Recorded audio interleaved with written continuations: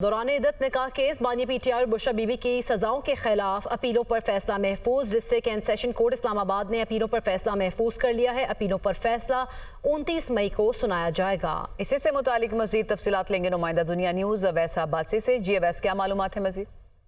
जी बिल्कुल, देखिए दौरान इद्दत निकाह केस में जो आज सुबह समाअत के लिए मुकर्रर किया गया था, ताहम उस वक्त जो है प्रोसिक्यूशन की जानिब से जो मेन वकील है रिजवान अब्बासी, उनके मौन वकील ने कहा कि रिजवान अब्बासी दलाइल देना चाहते हैं, ताहम वो मुल्क से बाहर हैं, लिहाजा केस की समाअत मुलतवी की जाए। जिस पर जो है मोअज़्ज़िज़ जज ने ये कहा था कि रिजवान अब्बासी वीडियो लिंक के जरिए दलाइल दें, लेकिन आज इसका फैसला सुनाया जाएगा। ताहम रिजवान अब्बासी जो वीडियो लिंक के लिए दलाइल तो नहीं, उनकी जगह उनके मौन वकील ने दलाइल दी। इस हवाले से जो तफसीली तौर पर जो है केस पे जरा हुई है।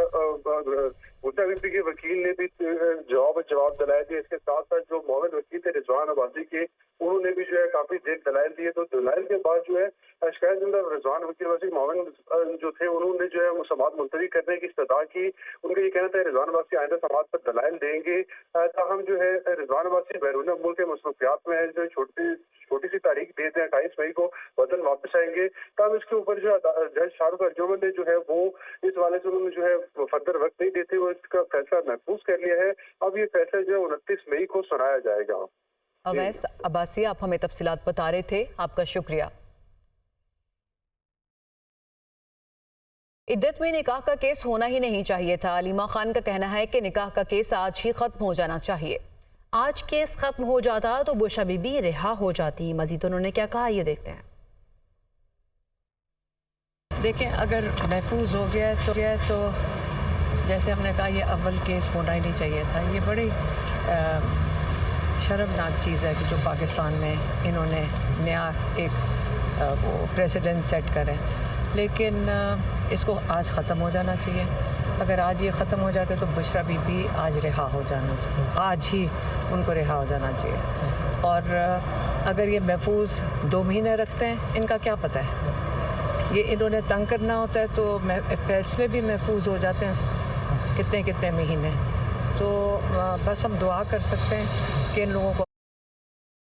बलूचिस्तान हाई कोर्ट ने बानी पीटीआई के खिलाफ आर्टिकल 6 के तहत कार्रवाई की दरख्वास्त खारिज कर दी है। आपको बताएं कि ILF बलूचिस्तान के सदर सैयद इकबाल शाह एडवोकेट केस में पेश हुए थे। इसी से मुतालिक मजीद तफसीलात लेंगे नुमाइंदा दुनिया न्यूज़ इब्रार अहमद से, लेकिन उससे पहले आपको बताएं कि बलूचिस्तान हाई कोर्ट ने बानी पीटीआई के खिलाफ आर्टिकल 6 के तहत कार्रवाई की दरख्वास्त खारिज कर दी है और ILF बलूचिस्तान के सदर सैयद इकबाल शाह एडवोकेट इस केस में पेश हुए थे और बलूचिस्तान हाई कोर्ट में ये केस था और अब आर्टिकल 6 के तहत कार्रवाई की दरख्वास्त जो है वो खारिज कर दी गई है।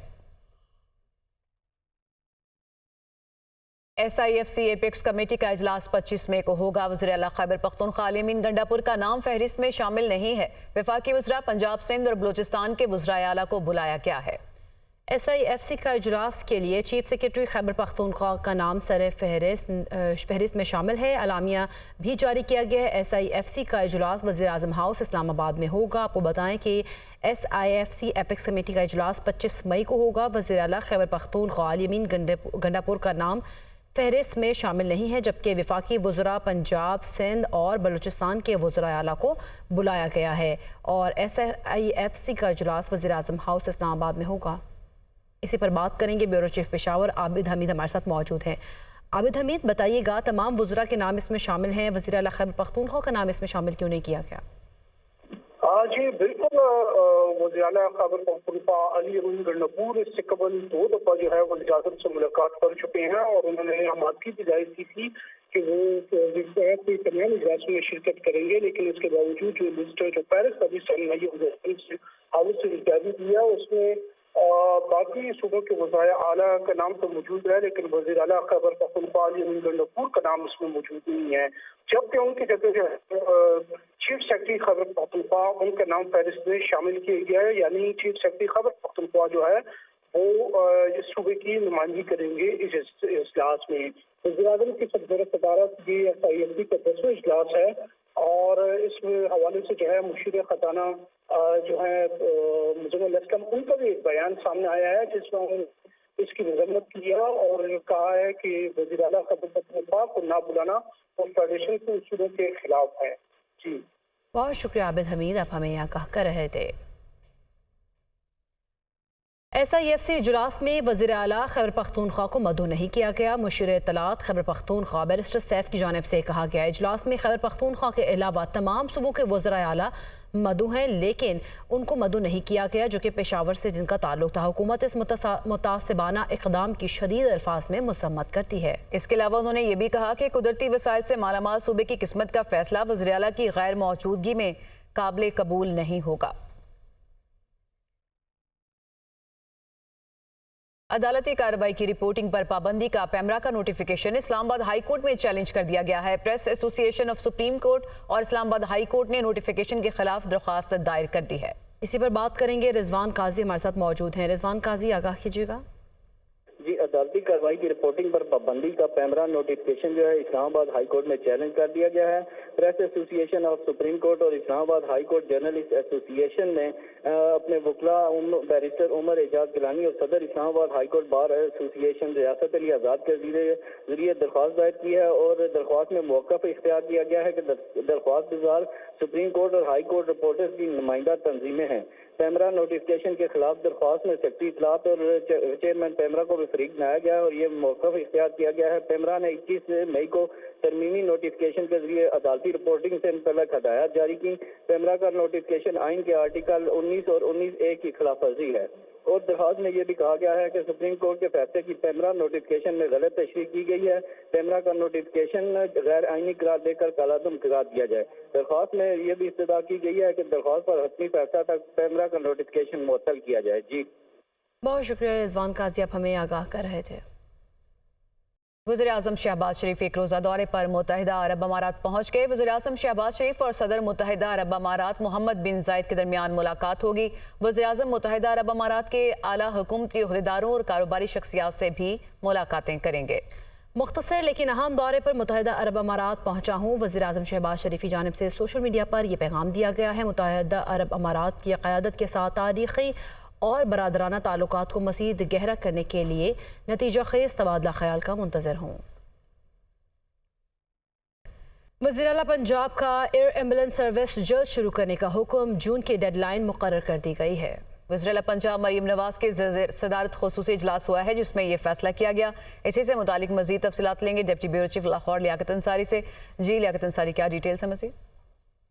وزیر اعلیٰ پنجاب مریم نواز شریف کے زیر صدارت اس خصوصی اجلاس میں ایئر ایمبولینس سروس اور دیگر امور کا جائزہ لیا گیا، اور وزیر اعلیٰ پنجاب مریم نواز نے ایئر ایمبولینس سروس جلد شروع کرنے کا حکم دیتے ہوئے اس کے لیے حتمی جو ڈیڈ لائن ہے وہ جون کی مقرر کر دی ہے۔ ان کا کہنا ہے کہ دور دراز علاقوں میں ہنگامی صورتحال میں مریض شفٹ کرنے کے لیے ایئر ایمبولینس سروس استعمال ہوگی، اور اس موقع پر وزیر اعلیٰ مریم نواز شریف نے طلبہ کے لیے CPR ٹریننگ جو ہے یہ پروگرام شروع کرنے کی بھی ہدایت کی۔ اسکولوں، کالجوں اور یونیورسٹی کے طلبہ اور طالبات کو ہارٹ اٹیک کی فرسٹ ایڈ ٹریننگ جو ہے وہ دی جائے گی۔ اس پروگرام کی وزیر اعلیٰ نے منظوری دی۔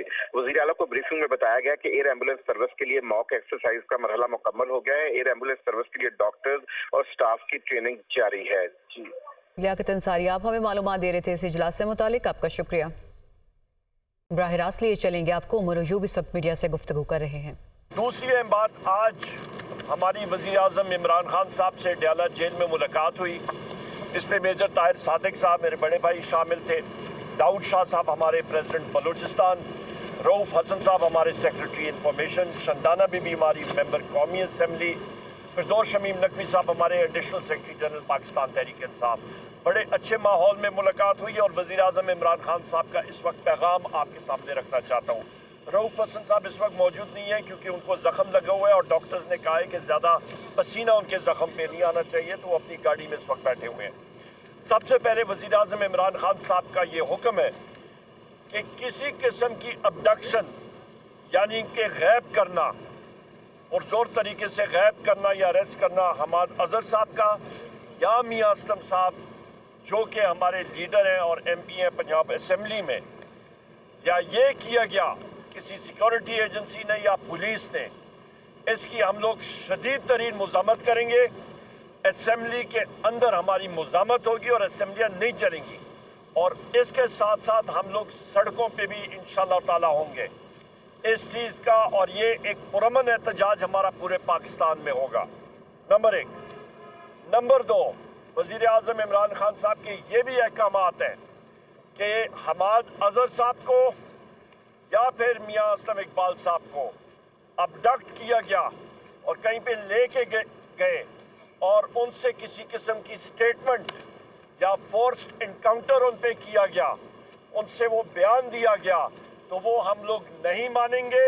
ये दोनों साहिबान पाकिस्तान तहरीक इंसाफ का हिस्सा थे, हैं, और किसी किस्म की उनकी स्टेटमेंट जो कि जोर और जबर से ली जाएगी वो पाकिस्तान तहरीक इंसाफ बहुकम वज़ीर आज़म इमरान खान साहब हम लोग नहीं मानेंगे और वो पाकिस्तान तहरीक इंसाफ का हिस्सा रहेंगे। तीसरी अहम चीज़, वज़ीर आज़म इमरान खान साहब का ये भी हुक्म है कि हमाद अजहर साहब और मियाँ असलम साहब अपनी कानूनी कार्रवाई करके और फिर वो बाहर आएँ और पंजाब में पार्टी को लीड करें। यहाँ पे वज़ीर आज़म इमरान खान साहब का ये भी मुल्क को वो याद दिला रहे थे जो इसी जगह पे हमने तकरीबन दो हफ्ते पहले भी बात की थी और हैसियत लीडर ऑफ दी अपोजिशन मैंने कौमी असम्बली में भी पिछले हफ्ते बात की थी कि जनरल याहिया साहब का रोल 11 मार्च 1971 आप याद रखें, शेख मुजीबुर रहमान साहब के साथ उनके मुज़ाकरात हो रहे थे, उन्होंने डेट देनी थी अगली असेंबली सेशन को कॉल करने की, वो वापस रावलपिंडी पहुंचते गए और ढाका में मिलिट्री एक्शन शुरू हो गया और फिर जिस तरह कहते हैं कि उसके बाद 16 दिसंबर 1971 हुआ और पाकिस्तान 2 लाख हुआ। वो फैसला सिर्फ और सिर्फ जनरल याहिया साहब का था, फर्द वाहिद का था और ये हमीदुर रहमान कमीशन रिपोर्ट में बात लिखी गई है। इस वक्त भी जो फैसले हो रहे हैं वज़ीर आज़म साहब ने वाज़े तौर पे कहा है कि फर्द वाहिद के हैं और जिस तरह की 1971 में पाक फौज उन फैसलों में मुलवस नहीं थी, सिर्फ एक वाहिद शख्स का फैसला था जनरल याहिया का जो चीफ मार्शल लॉ एडमिनिस्ट्रेटर भी बनना चाह रहा था और प्रेसिडेंट भी और दोनों पोजीशनें रखना चाह रहा था और उस फर्द वाहिद के फैसले से मुल्क 2 लाख हुआ। इस वक्त हमें कौमी यकजहती की ज़रूरत है और इस पे जो एज एन इंस्टीट्यूशन हमें इस चीज़ का ख्याल रखना चाहिए, फर्द वाहिद के फैसले जो हैं वो इंस्टीट्यूशन पे रिफ्लेक्ट नहीं होने चाहिए। दूसरी अहम बात कि यहाँ पे इंटर सर्विसेज इंटेलिजेंस एक प्रीमियर इंटेलिजेंस एजेंसी है, उसको प्रोफेशनल अपना काम करना चाहिए, उसको पॉलिटिसाइज नहीं होना चाहिए और उसकी पॉलिटिसाइजेशन या होगी उससे वो इदारा जो है वो कमज़ोर होगा और उसका अल्टीमेटली नुकसान पाकिस्तान को ही होगा और पाकिस्तान के मुफाद को।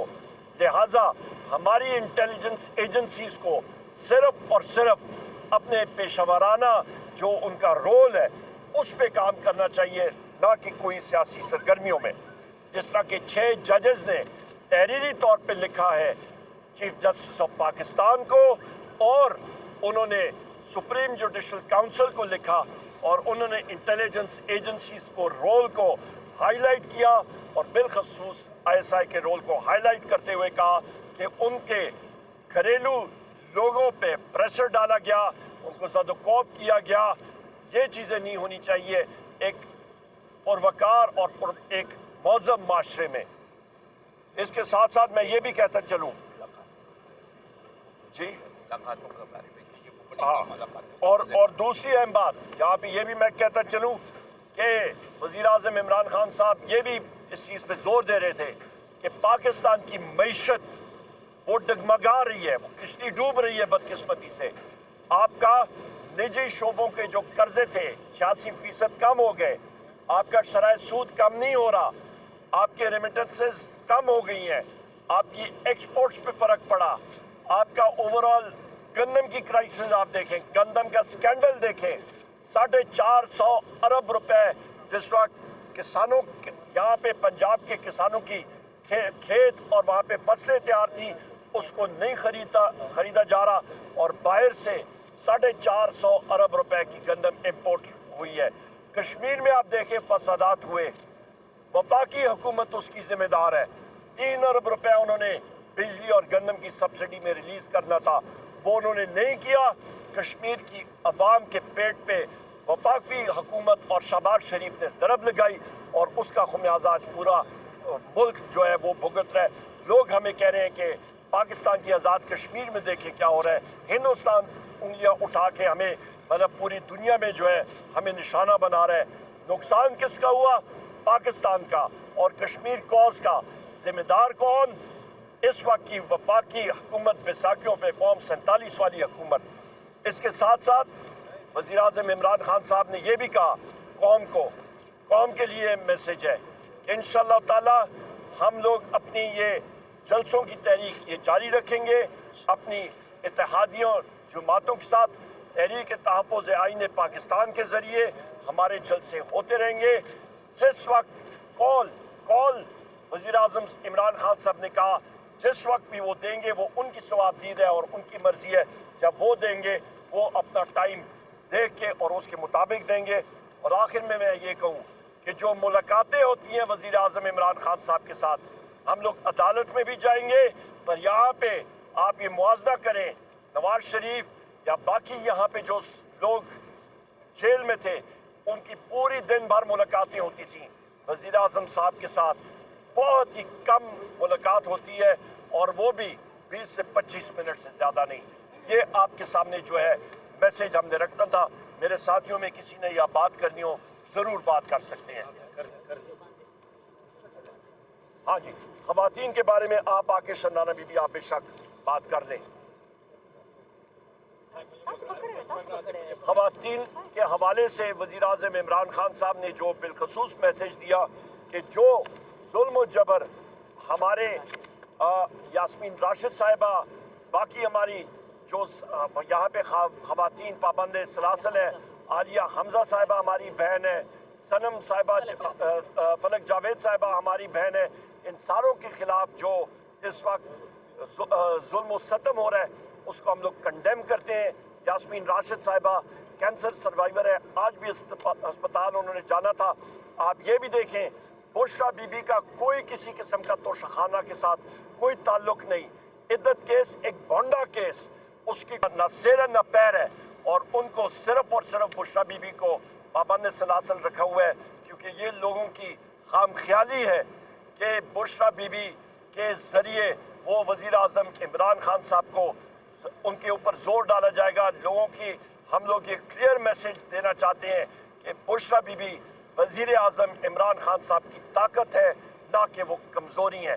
हम लोग अपनी ख़वातीन के लिए हर जगह पे इंशाअल्लाह ताला जो आपकी लीगल जंग है, कानूनी जंग है, वो लड़ेंगे और हमारी ये डिमांड है कि उनको फिल फौर रिहा किया जाए।